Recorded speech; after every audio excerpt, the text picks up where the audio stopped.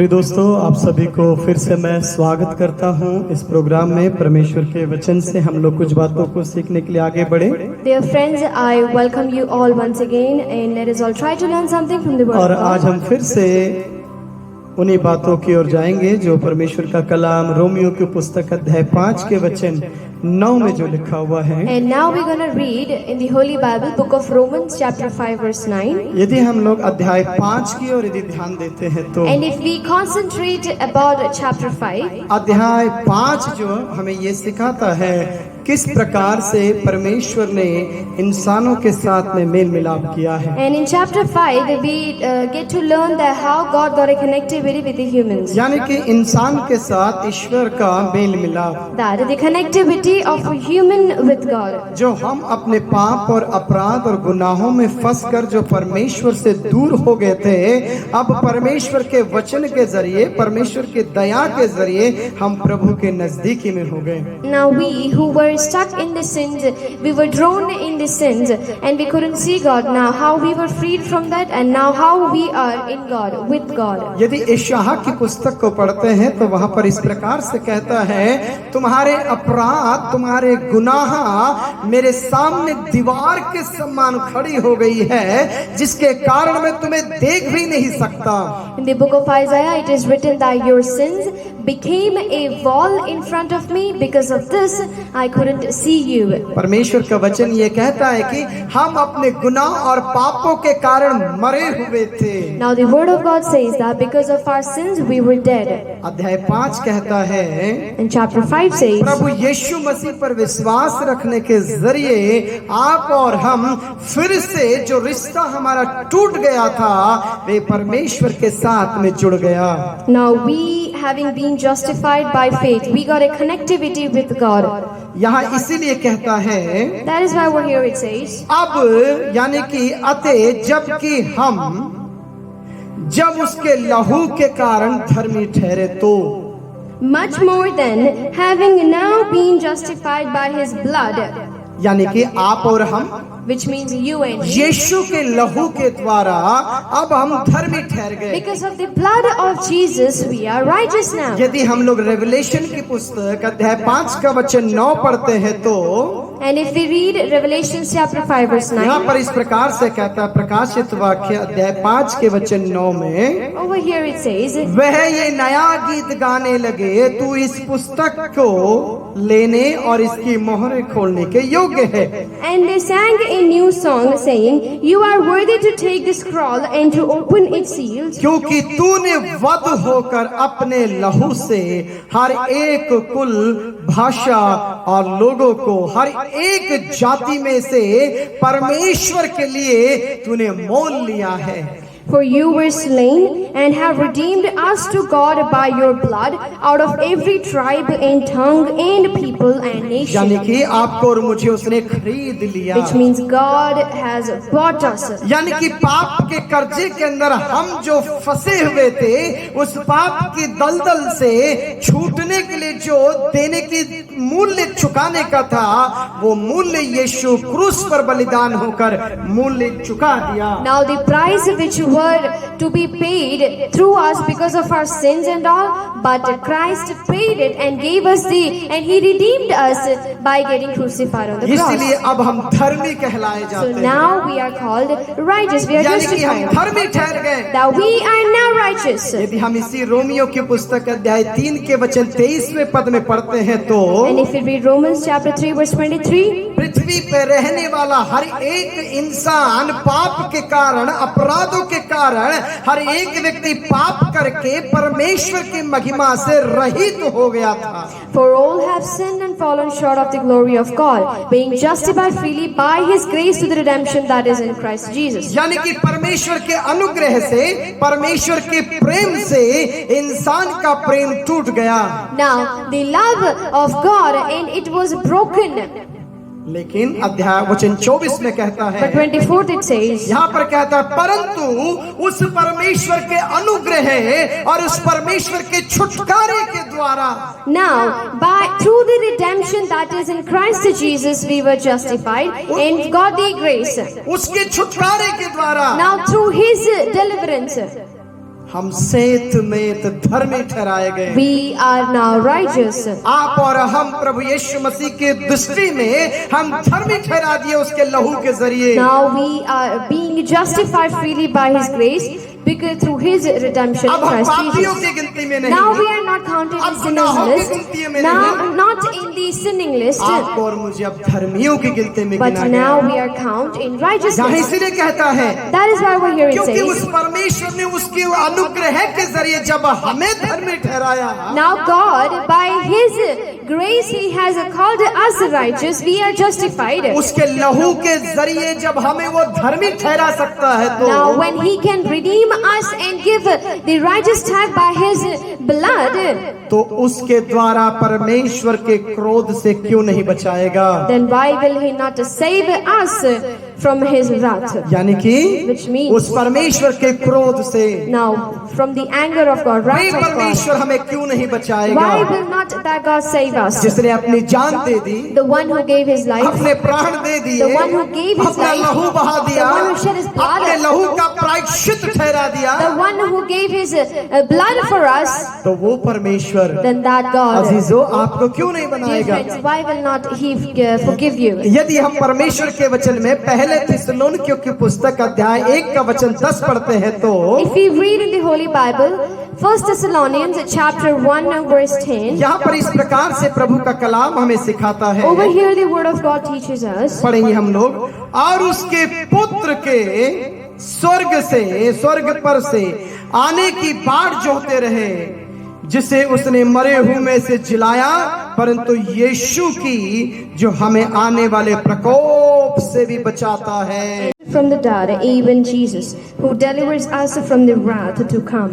मेरे अजीजों, My dear friends, यहाँ परमेश्वर का कलाम ये कहता है, here the word of God says, क्योंकि उसने अपने पुत्र को मरे हुए में से जिलाया उसने, for He raised His Son from the अब dead, ये कहता कि उसके आने की बाट जो होते रहो। and it says that now you wait for His Son to इस come बात को समझने की जरूरत again. We है। have to understand this word. यानी कि उस महान परमेश्वर की उपस्थिति के अनुग्रह को जब हमने प्राप्त किया, Now when we received the glory of His great तो वो presence, परमेश्वर then that God, आपको और मुझे क्यों नहीं उस प्रकोप से बचाता है? then why will not He save us from this wrath? इसलिए उसके पवित्र वचन के अंदर इस प्रकार से कहता है, That is why the holy word it says. Romeo की पुस्तक अध्याय 1 के वचन 18वें पद के अंदर, Book of Romans chapter 1 verse 18. परमेश्वर के क्रोध तो उन लोगों की सब अभक्ति और अधर्म पर स्वर्ग पर से प्रकट होता है, जो सत्य को अधर्म से दबाए रखते हैं। For the wrath of God is revealed from heaven against all ungodliness यानी कि- and unrighteousness of men who suppress the truth in unrighteousness. यानी कि किसके ऊपर परमेश्वर का प्रकोप आता है? Which means on whom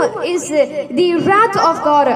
जो लोग सच्चाई को जानने पर भी, To the one who knows the truth, सत्य को जानने पर भी, those who know the truth, वे असत्य से उस सत्य को दबाने की कोशिश करते but हैं। still they try to push to dominate that truthness with that untruthfulness. यानी कि जानबूझकर अनजान बनने की कोशिश। Now, even though they know everything, but still try to be that they do not know anything. मेरे अजीजों, My dear friends, हमें इस बात को समझने की जरूरत we need to है। understand this thing. प्रभु का कलाम क्या कहता है? What the word of God says. कभी भी जब हम यीशु मसीह को अपना उद्धार करता या प्रभु हमने स्वीकार किया है, तो हम कभी भी उसकी सत्य बातों को असत्य से नहीं दबना चाहिए। Now, if we have accepted Christ, if we have put our trust in Him, then we should never keep this truth dominating with this untruthfulness. कई बार हम परमेश्वर के वचन में देखते Many हैं, times we've seen the word of God. जिन्होंने सत्य को असत्य की बातों से दबाने की कोशिश की, उन्होंने अपने जीवन को ही खो दिया। Now the people who tried to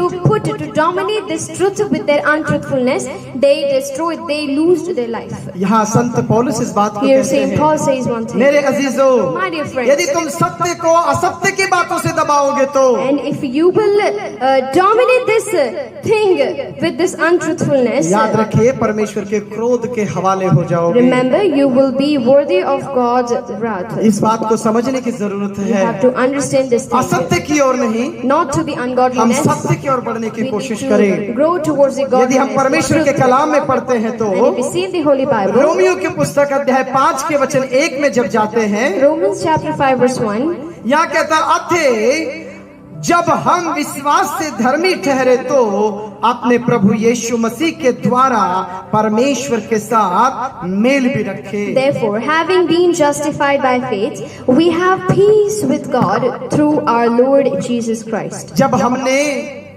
परमेश्वर के साथ में मेल रखा, When we have this connectivity with या God, जब हम परमेश्वर के साथ में हमने जीवन बिताने के लिए हमने तय कर लिया है, and when we decided to spend our life with तो God, हमें उसके रिश्ते में बढ़ने की then जरूरत we है। have to grow in His दिन relationship. प्रतिदिन हमें परमेश्वर की उपस्थिति में यानी यीशु की उपस्थिति में यीशु की एकता में बढ़ने की Day जरूरत by day, है। we need to grow in Jesus, in the unity and quality of Christ. यदि क्रोध से बचना है तो, If you want to save yourself श्राप from से this बचना है wrath, तो, if you want to get saved from बीमारियों this से बचना है तो, illness, if you want to get saved संकट from से this बचना हो disease, तो, if you want to get saved from this दिक्कतों troubles, से बचना है तो if you want to be saved from these यीशु की troubles, संगत में आने की you need जरूरत to है। come to the presence of उस Christ. महान परमेश्वर को अपने जीवन में जगह देने की You need to जरूरत give the है। place to that great God in your life. इसीलिए कुरिन्थियों की पुस्तक में कहता है That is why in the book of Corinthians जो it परमेश्वर says, के साथ में मेल रखते हैं वो प्रभु के साथ एक आत्मा बन जाते one हैं। who has a connectivity with God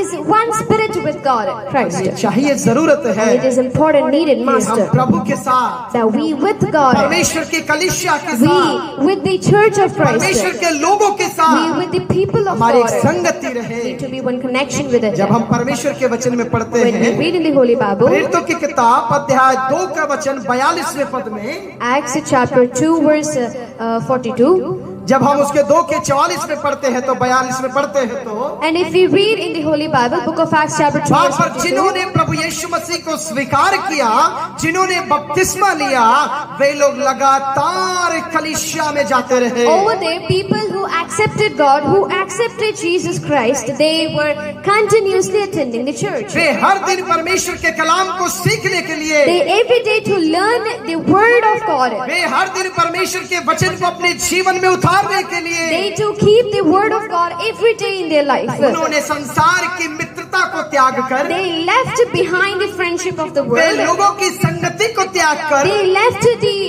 conduct of the men of this world, उन्होंने फिर प्रभु के साथ संगति की। and they were connected with God, वे परमेश्वर के साथ में अपनी संगति and they रखी। kept their connectivity with God. मेरे अजीजों, My dear friends, देखा वो लगातार रोटी तोड़ने में, कलीसिया में जाने में, प्रार्थना करने में वो लगातार बने रहे। It is written that they were one, they were continuing to break the bread by, being with the Christ, being in the fellowship. यदि हम लोग अध्याय 2 का वचन 42 पढ़ते हैं तो, If you read Acts chapter 2 verse 42, और वो प्रेरितों से शिक्षा पाने और संगति रखने और रोटी तोड़ने और प्रार्थना करने में लोलीन थे। and they continued steadfastly in the apostles' doctrine and fellowship, in the breaking of bread and in prayers. मेरे अजीजों, My कहीं dear कलीसिया friends, से दूर तो नहीं है आप, now not far away from church are कहीं you? सेवकों से दूर तो नहीं है आप, Aren't you away from the pastors? कहीं रोटी से तुम दूर तो नहीं हो। Aren't you away from the bread? लेकिन आदि की कलीसिया ऐसी नहीं थी,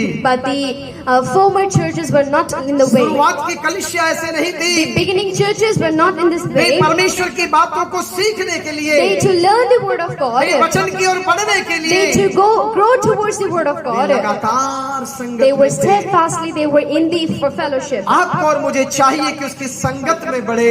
It is needed for us to grow in His fellowship. याद रखिए, परमेश्वर जब आएगा तो वो अकेले के लिए नहीं आएगा, वो कलीसिया के लिए आएगा। Remember, when God will come back, He will not come for only one, but for entire fellowship, entire church. यदि हम परमेश्वर के कलाम की ओर चलते हैं, If we go to the word of God, इब्रानियों की पुस्तक अध्याय 9 का वचन 22वें पद में Hebrews chapter 9 verse 22, यहाँ पर इस प्रकार से कहता है, over here it says, इब्रानियों की पुस्तक अध्याय 9 का वचन 22वें पद के अंदर Hebrews chapter 9 verse 22. ये कहता है, सच तो ये है कि व्यवस्था के अनुसार प्रिय सब वस्तुएं लहू के द्वारा शुद्ध की जाती है। And according to the law, almost all things are purified with blood, and without the shedding of blood, there is no remission. और बिना लहू बहाए पापों की क्षमा नहीं हो सकती। And without shedding of blood, there is no remission, it says. यानी कि पापों की क्षमा के लिए Which means for the remission of लहू sins, का बहाया जाना जरूरी है। it is must that there should be shedding of blood. पापों की क्षमा तब तक नहीं होगी जब तक पापों की क्षमा के लिए पवित्र लहू नहीं बहाया Now there जाता। will be no forgiveness of sins if there is no shedding of blood. या इसीलिए 22वें पद में कहता है That is why over here it says, बिना लहू बहाए now without shedding the blood, पापों की क्षमा नहीं हो सकती there is है। no forgiveness of sins. मेरे अजीजों, My dear friends, उस पाप की सजा यीशु मसीह ने पूरी की क्रूस पे चढ़ के now Jesus got this punishment, completed it by getting crucified on the cross. और आज हमें उसकी बातों को समझने की जरूरत है। And today we need to understand His words. उस महान परमेश्वर की बातों की ओर बढ़ने की जरूरत Today we है। need to grow to the words of that उसकी great Almighty संगत God. में बढ़ने की जरूरत We need है। to grow in His fellowship. उसकी बातों में दिन प्रतिदिन और आगे बढ़ने की जरूरत We need to है। grow in His words day by day. क्योंकि क्षमा For the forgiveness, किसी और बातों से नहीं है, it is not by anything else. माफी The forgiveness, किसी और चीजों से it नहीं is है, not by anything else. वो यीशु के लहू के द्वारा It is है, by the shedding of Christ's जिसने blood. आपके और मेरे लिए बहाया है, The blood which is shed for us. जो आपका और मेरा खुद प्रायश्चित बन गया है। The one who became the crucifixion for us. यदि हम लोग रोमियो की पुस्तक अध्याय 5 के वचन 7 में पढ़ते हैं And if you तो read Romans chapter 5 verse 7, किसी धर्मी जन के लिए कोई मरे यह तो दुर्लभ है, परंतु हो सकता है किसी भले मनुष्य के लिए कोई मरने का भी साहस करे। परंतु 8वें पद में कहता है परंतु परमेश्वर हम पर अपने प्रेम की भलाई इस रीति से प्रकट करता है कि जब हम पापी ही थे तभी यीशु क्रूस पर बलिदान हो गया। for scarcely for a righteous man will one die, yet perhaps for a good man someone would even dare to die. But God demonstrates His own love towards us in what while we were still sinners, Christ died for us. इसलिए पहले यूहन्ना की पुस्तक अध्याय 3 के वचन 16 और 17 में इस प्रकार से कहता That है is why John chapter 3 verse 16 17 it says, परमेश्वर ने जगत से ऐसे प्रेम रखा कि उसने अपने इकलौते पुत्र को दे दिया ताकि जो कोई उस पर विश्वास करे वो नष्ट ना हो परंतु अनंत जीवन पाए। For God so loved the world that He gave His own Son for us, that whoever may believe in Him shall not perish but get the eternal life. मेरे दोस्तों, My dear वे friends, परमेश्वर अनंत जीवन देने के लिए आपके और मेरे लिए तैयार है। that God is ready to give us the eternal क्या उस life. जीवित परमेश्वर को अपने जीवन में आप जगह देंगे Will you give the life to that living God in जो your life? आपके और मेरे पापों को क्षमा कर सकता है, The one who can forgive our sins, जो आपको और मुझे जीवन दान दे the सकता one है, who can give us the life, जो आपके और मेरे गुनाहों को माफ कर सकता है। to the one who can forgive our sins. वे आपकी जाति, आपके मजहब, आपके रंग, आपके रूप, आपके धन, आपकी संपत्ति को नहीं चाहता। He never wants or asks for your money, riches, possession, or your color or something.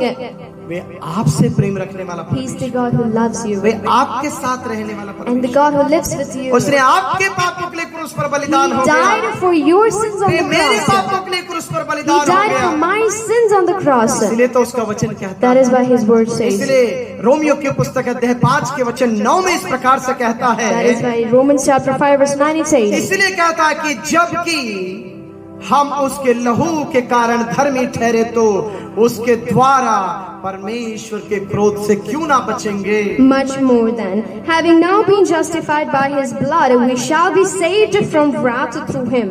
वो परमेश्वर आपको और मुझे क्रोध से बचा सकता But है। that God can save us from His anger. यीशु आपको और मुझे उस श्राप से बचा सकता है। Jesus can protect us from that curse. आइए आज उस परमेश्वर को अपना जीवन समर्पित करें, Come, let us all now, today, submit our lives to उसके Him. साथ हम जीवन को व्यतीत Let करें, us all spend our life with उसकी Him. पवित्रता में आगे Let बढ़े, us all grow in His holiness. समाज के अंदर एक अच्छी जिंदगी जीकर बताएं, Let us all live a good life in the society. समाज के लिए एक पहचान बन Become जाए an example for the और उस society. महान परमेश्वर के प्रेम को लोगों तक पहुंचाएं, And spread the love of Christ to entire people. उसके क्रोध से लोगों को बचा And सके। protect the people from His wrath. आज यीशु मसीह आज भी वो आपको और मुझे चाहता है। Today also Jesus wants you and us. क्या मेरे बेटे मेरी बेटी तू आ सकती है मेरे शरण में? Thou will, my son, daughter, can you come to my क्या presence आ today? सकती है मेरी क्षमा के Can you pass? come into my forgiveness? He asked मैं तेरे you. ही लिए हूँ। That I am for you. आइए अपनी आंखों को बंद करें, हम लोग प्रार्थना Come, करें। let us all close our eyes and we'll pray. सर्वशक्तिमान परमेश्वर, Almighty God, आपकी स्तुति और धन्यवाद करते we हैं। praise and thank you. जितने लोग इस प्रोग्राम को देख रहे हैं, People, those who are watching this program, उन सब पर तेरी दया और तेरी कृपा बनी रहे। let there be your kindness and mercy. तेरी in this आशीष moment. तेरे लोगों के जीवन में आ And your जाए। blessings be with your people हर प्रकार के श्राप से, from every kind of her curse, from प्रकार के पाप से, every kind of sin, हर प्रकार की दिक्कतों from से every kind of troubles. तेरे लोग आजाद हो जाए प्रभु। Let your people be freed from तेरे it. लोग छुटकारे को प्राप्त Let your करें people Prabhu. get the deliverance. यीशु आपका धन्यवाद करते Jesus, we thank you. हैं। प्रभु आपकी प्रशंसा करते हैं। God, we praise you. जीवित परमेश्वर तेरा धन्यवाद Living करते हैं। God, we thank you. आप प्रार्थनाओं को सुनते For हैं, you listen our आप prayer. जवाब देते हैं For you परमेश्वर। answer them, Lord. पिता, यदि कोई भी व्यक्ति बीमार है, यदि इस प्रोग्राम को देखता है तो And Father, if somebody is sick and is watching this उसे program, आप इसी क्षण चंगाई you heal them at this और moment. उसकी तमाम बीमारी यीशु के नाम में चली Let जाए। all his sickness and trouble to be away from in Jesus' name. पिताजी आप रहम करें, Lord, you be merciful. आप सहायता You help. करें। यीशु मसीह के पवित्र नाम में इस In दुआ the को holy मांगते name of Jesus, we ask this. Amen. Amen. आमीन। Amen. प्रिय दोस्तों, आप सभी को मैं प्रभु यीशु मसीह के नाम से नमस्कार करता हूँ। Dear friends, I greet you all in the name of Jesus. कल हम इसी समय फिर से हम लाइव आएंगे। And we, according to timing, tomorrow at 10 आप p.m. we'll be सबसे live निवेदन again. है, My request to you, आप लाइव आइए, You be हमारे लिए live. प्रार्थना करिए और प्रार्थना में शामिल होकर प्रभु की आशीष में आगे बढ़े। you pray for us, you join in the prayer, get the blessings of God and grow in it. मैं और मेरी बेटी एस्तेर रानी और मेरा बेटा फिलिप और रोहित, हम चारों लोग हमेशा आपके लिए प्रार्थना में लगे रहते हैं। Me and my daughter, my son Philip, and the church believer Rohit, we four people continuously pray for you. हम आप सभी के लिए प्रार्थना में रहते हैं We all are praying for you और also. मैं चाहता हूँ कि आप भी अपनी दुआओं में हमें याद रखें। And we want you also to keep us in your हमें prayers. आपकी दुआओं की जरूरत We है। need your prayers. सभी को जय मसीह की। Praise the Lord, everyone. प्रभु आपको आशीषित करे। God bless you.